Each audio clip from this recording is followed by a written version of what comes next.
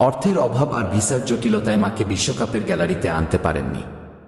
কিন্তু মায়ের দোয়া ছিল তার হৃদয়ে, ছিল তার দুই হাতে, ছিল তার প্রতিটি নিঃশ্বাসে।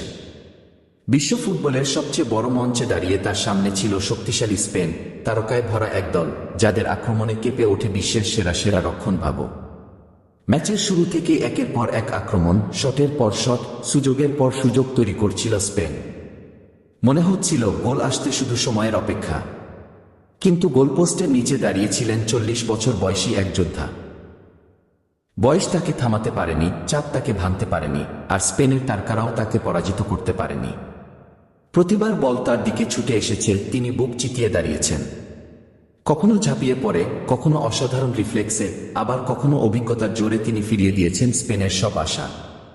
প্রতিটি সেভের সঙ্গে তিনি শুধু একটি বলই থামাননি, থামিয়েছেন কোটি সমর্থকের উল্লাস, থামিয়েছেন স্পেনের স্বপ্ন, আর লিখেছেন নিজের জীবনের সবচেয়ে গৌরবময় অধ্যায়। মাঠের প্রতিটি মুহূর্তে তিনি যেন প্রমাণ করছিলেন, স্বপ্নের কোনো বয়স নেই, সাহসের কোনো সীমা নেই।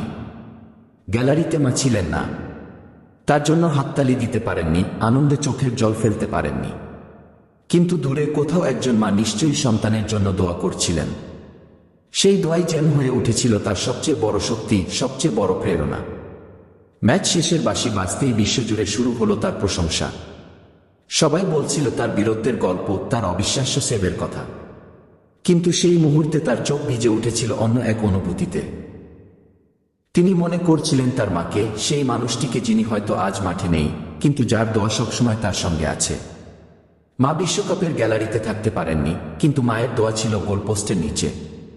আর সেই দোয়াই হয়তো একজন সাধারণ গোলরক্ষককে পরিণত করেছে ইতিহাসের নায়কে।